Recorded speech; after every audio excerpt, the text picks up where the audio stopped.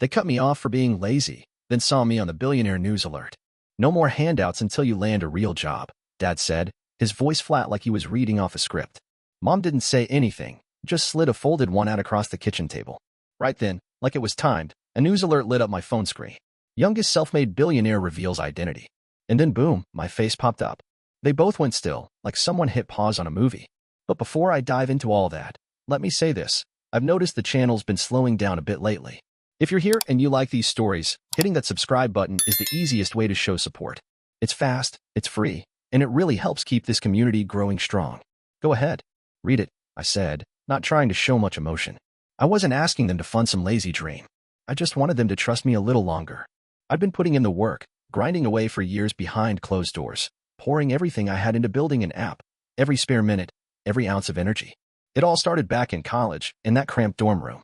I never bragged about it, never went around fishing for compliments. I wasn't trying to be some genius. I just wanted to make something that mattered, something real. But to them, if I didn't have a company ID around my neck and a 9-to-5 with traffic and coffee breaks, then I was just wasting time. I remember that breakfast like it was yesterday.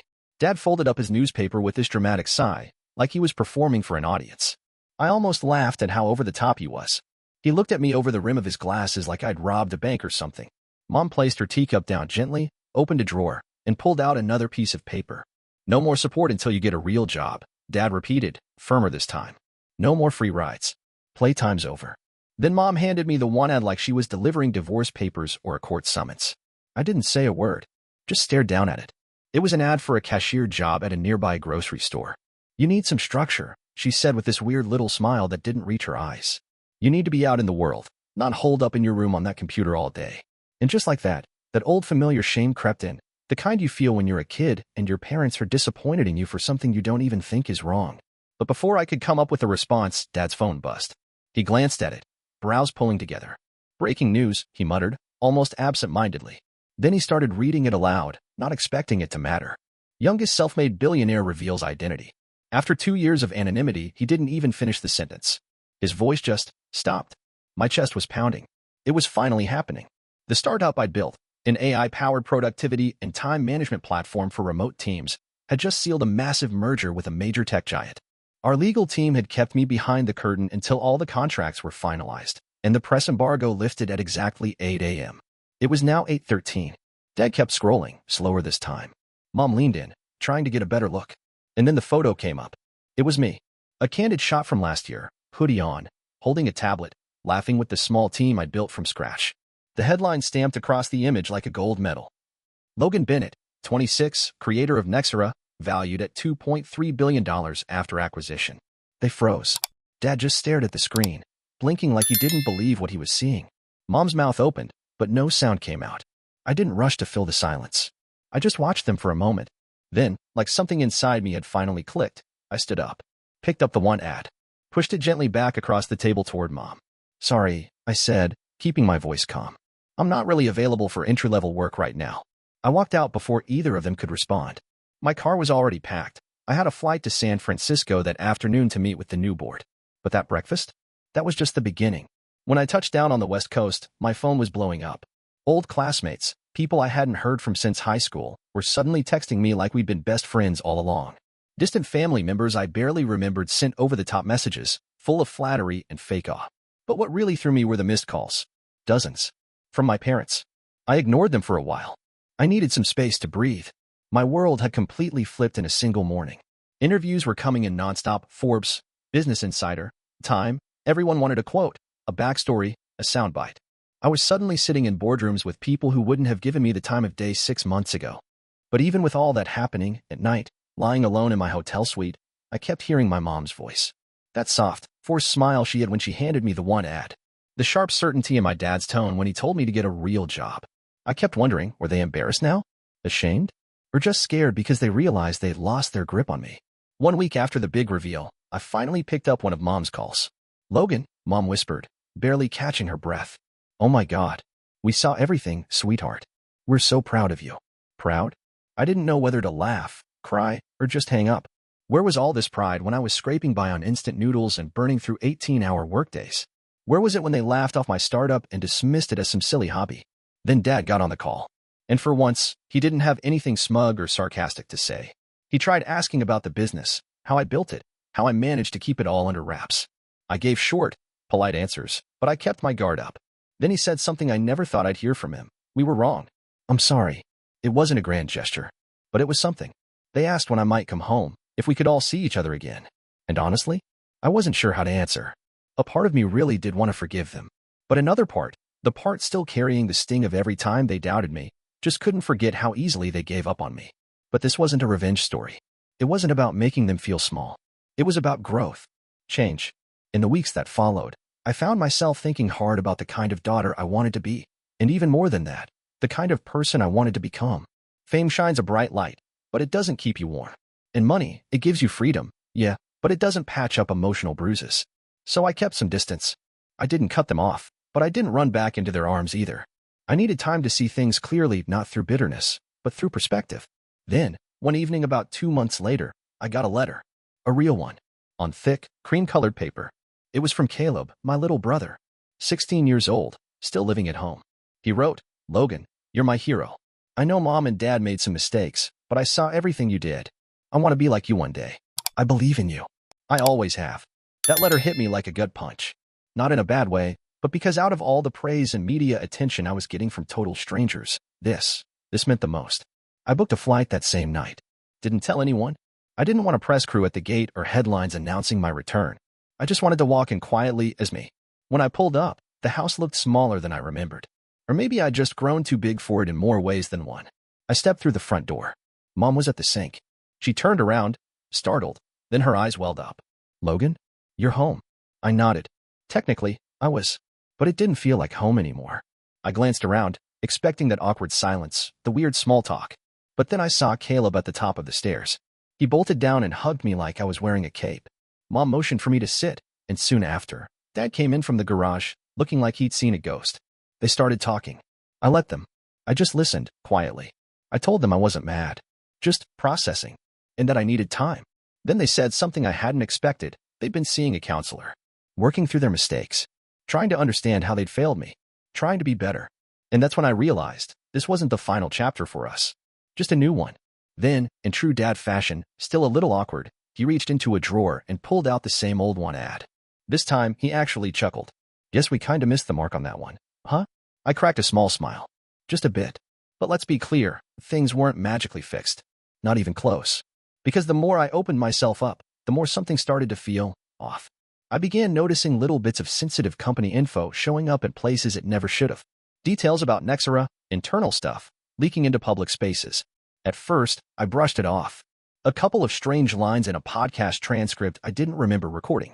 Then a blog quoted numbers from an early beta test, figures that had never left our private files. I chalked it up to an overzealous PR rep, maybe a new intern getting too chatty. But the deeper I looked, the more I saw a pattern. These weren't random leaks. They all traced back to conversations I'd only had at home. Ideas I floated during dinner. Frustrations I mumbled late at night, thinking I was venting in a safe space. I didn't want to believe it. I really didn't. But I knew I had to test it. So the next time I had a video call with Mom, I casually dropped a bogus expansion plan. Said we were looking into launching Nexera into rural farming markets with some far-fetched AI-powered crop scheduling tool. Totally off-brand. Completely made up. 3 days later, a journalist from some mid-tier tech outlet hit me with a question I hadn't seen coming. "So, any exciting new AI ventures in the farming sector?" That was it. That was the moment something inside me locked up. I hadn't been overthinking it. I wasn't being paranoid. I'd been naive. The next time I called home, I hit record. Not because I wanted to trap anyone. I didn't want some big dramatic gotcha. I just needed the truth, something solid. Something I could hold in my hands. The call lasted about 30 minutes. Pretty normal at first. Mom asked how I'd been sleeping lately. Dad mentioned some documentary he'd watched about startup culture, trying to sound like he was keeping up. But then, out of nowhere, Mom casually circled back. "So, any new projects coming up? You thinking about rural sectors or something surprising?" Too casual. Too specific. I smiled through it. Kept my tone light. Dodged the question and played along. But the second I ended that call, it felt like I'd swallowed a fistful of broken glass. I didn't know what was worse, that they might have been doing this for money, or that they were doing it for clout. Trying to look impressive to their friends. Talking about me like I was their trophy. Like I was still theirs. I didn't confront them. Not right away. I needed real answers. So I brought in the private security firm my new CFO had begged me to hire months ago. Former intelligence guys, quiet, sharp, expensive. I gave them one instruction: find out how the leaks are happening. Don't intervene. Not yet. 3 days later, I had everything. It started with Mom. She'd been sharing details, bragging, really, in some private Facebook group for parents of young entrepreneurs.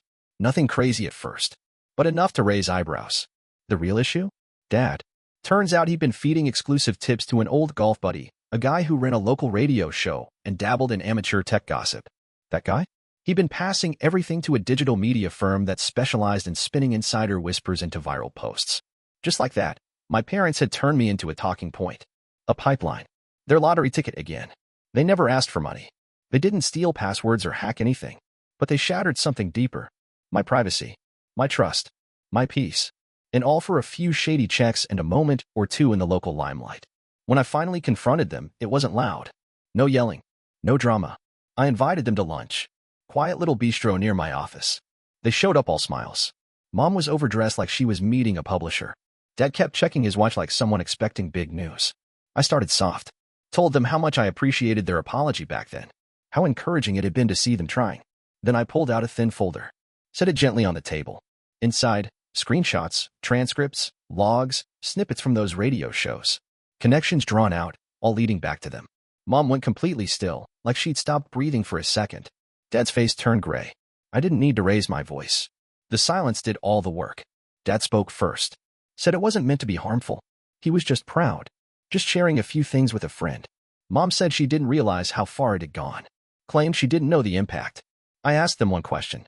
One that still haunts me a little. If I were still broke, still failing, would you have done the same? They didn't answer. That silence? That was my answer. I paid the bill, stood up, and walked out. I didn't block them. I didn't send a dramatic goodbye. I just stopped responding. A week later, I sent them a single message. It said, I love you both. But trust doesn't recover by accident. It has to be rebuilt from a distance. Then I cut off access. No more calendar invites. No more assistant forwarding calls. No more direct line. I started pouring my energy into the people who'd never needed a paycheck or a press release to believe in me. My team. My best friend from college, the one who once showed up at my door with a bag of groceries during finals week because I couldn't even afford takeout. And Caleb, my little brother, still sending me those market analysis articles, probably trying to sound smart enough to hang with the grown-ups. Trying to impress me. So for Caleb, I did something quiet. I opened a trust in his name. Just enough to cover college, with a little cushion left over, seed money if he ever wanted to start something of his own. He doesn't know it yet. It's just waiting. Because I want him to rise on his own terms. Without strings. Without owing anyone, not even me. Time passed. A few months, maybe more. Then one night, I got a letter in the mail. Handwritten. From Dad. He said he'd started therapy. Said he felt ashamed. Said he finally understood how small he'd made me feel all those years, like I was a problem to be solved, not a possibility to be believed in. It wasn't just about the app, or the money, or even the leaks. It was about control, fear, the desperate need to feel relevant in a world that was outpacing him. He didn't ask for forgiveness, just a second chance. And that's the thing about healing, it's not some dramatic, cinematic moment. It's quiet. It's like hearing a soft knock at the door after a storm and realizing maybe, just maybe, the worst is past. I haven't let them all the way back in. Not yet. But I'm watching. I'm listening. Because I do believe people can change, not in an instant, but over time. Slowly. Deliberately. In the meantime, I'm building something bigger than a company. Something that matters more than headlines or valuation. I'm building a community. A mentorship network for young builders who've been overlooked, underestimated, kids who don't come from the right neighborhoods or the right last names or the right schools. I'm funding apps dreamed up in basements. Platforms coded on borrowed laptops. I'm giving them what I never had. Belief. No conditions. No caveats. Just belief.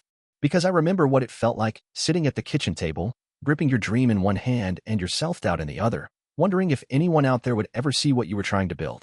Now I'm the one sitting across that table. And when they slide their napkin sketches or their fragile little prototypes across to me, I slide something back. A different kind of paper. The kind that says, I see you. Let's build.